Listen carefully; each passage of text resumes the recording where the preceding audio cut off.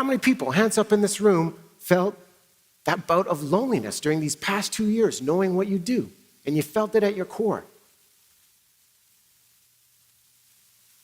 You know, if we look at what has transpired and the lessons, and there's thousands of lessons in this room, I believe one of the greatest lessons that we have learned is that pandemics, they do not change your identity, they reveal it. And we learned firsthand that human connection isn't an option, it is a necessity. I mean, this challenge of loneliness existed well before the pandemic even began. According to Cigna, the US health research firm, 1 in 4 Americans said they had no close friends.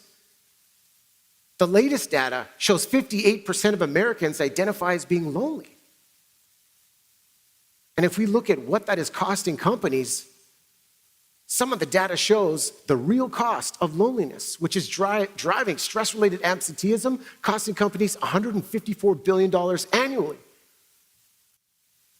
So what can we do? How can we spark these meaningful conversations that will build connection and have that connection build trust and have that trust lead to deeper engagement, higher productivity, and enhance the collaboration we can have, especially in this hybrid reality we are now living through? Well, before we look forward at some of the habits of human connection that will help you engage, I believe it's important that we all take a moment to reflect and look back. You know, when I looked at the MPI meetings Outlook report, and it said the 2 driving factors that will determine attendance at events in this era, networking and the ability to have spontaneous conversations. Well, we're going to do that right now. Because if I were to ask you, what is the most important conversation of your life that brought you to the point you're at today, what would it be? Huge question, I know. But since we're at the tables, here's what we're gonna do. Doug, if we can get the house lights up, we're gonna take 2 minutes. I invite you to partner up and share a defining conversation, something that was transformative, shifted your perspective, but got you to this point you're at today. We'll give you 2 minutes, the floor is yours.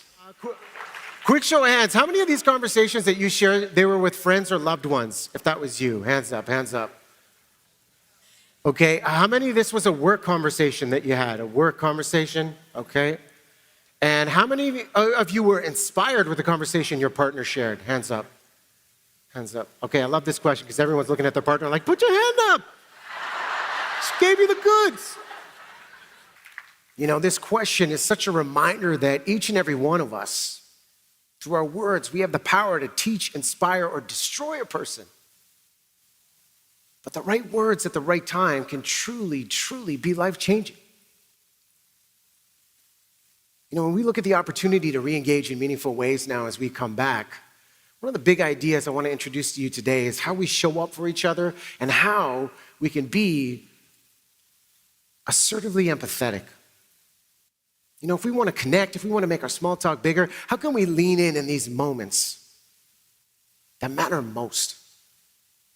You know, I credit the late, great psychiatrist Gordon Livingston for his work on the happiness equation. I mean, I think about the opportunity for us to connect this week. Maybe you're meeting somebody for the first time. What if you have no context of the person in front of you? How can we lean in with empathetic curiosity? And Livingston's work on the happiness equation found the happiest people have 3 things in common. They have something to do, they have someone to love, and they have something to look forward to. That's our starting point. Becoming masters of eliciting positive emotion. Asking about their reality. Asking about the stories and emotion that they have worked through.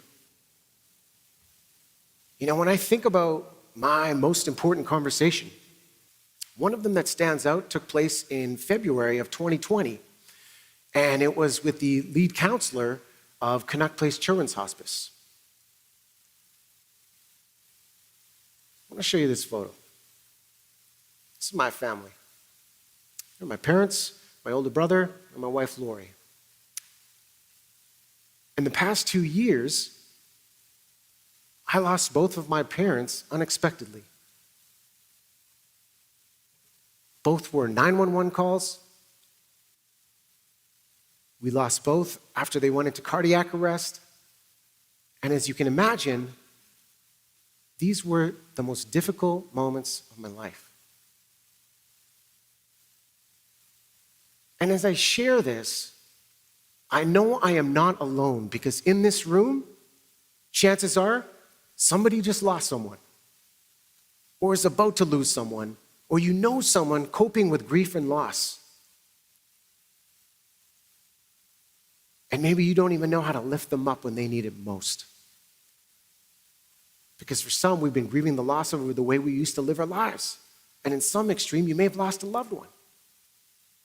And in February of 2020, I was 4 months removed from losing my father. I'd never dealt with grief, and I was struggling with this moment.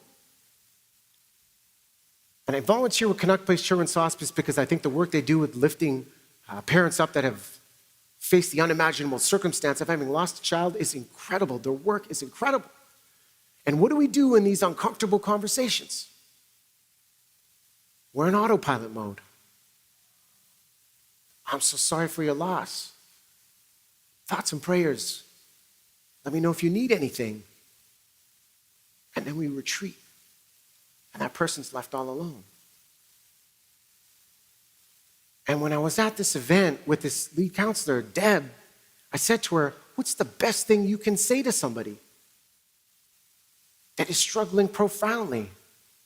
And she said, Riaz, it isn't about what you can say, it is about what you can ask. And I said, what is the best question you could ask someone? And she said, ask them this. What do you want me to know about them?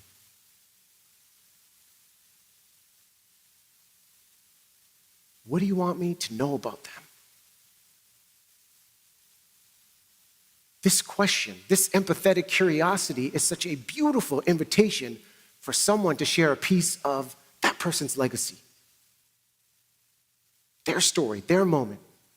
And ever since that gift, that question was given to me, every single person I have reached out to when I know they have lost somebody, I've asked them this question. And they have given me a beautiful glimpse of their humanity, followed by 2 words. Thank you.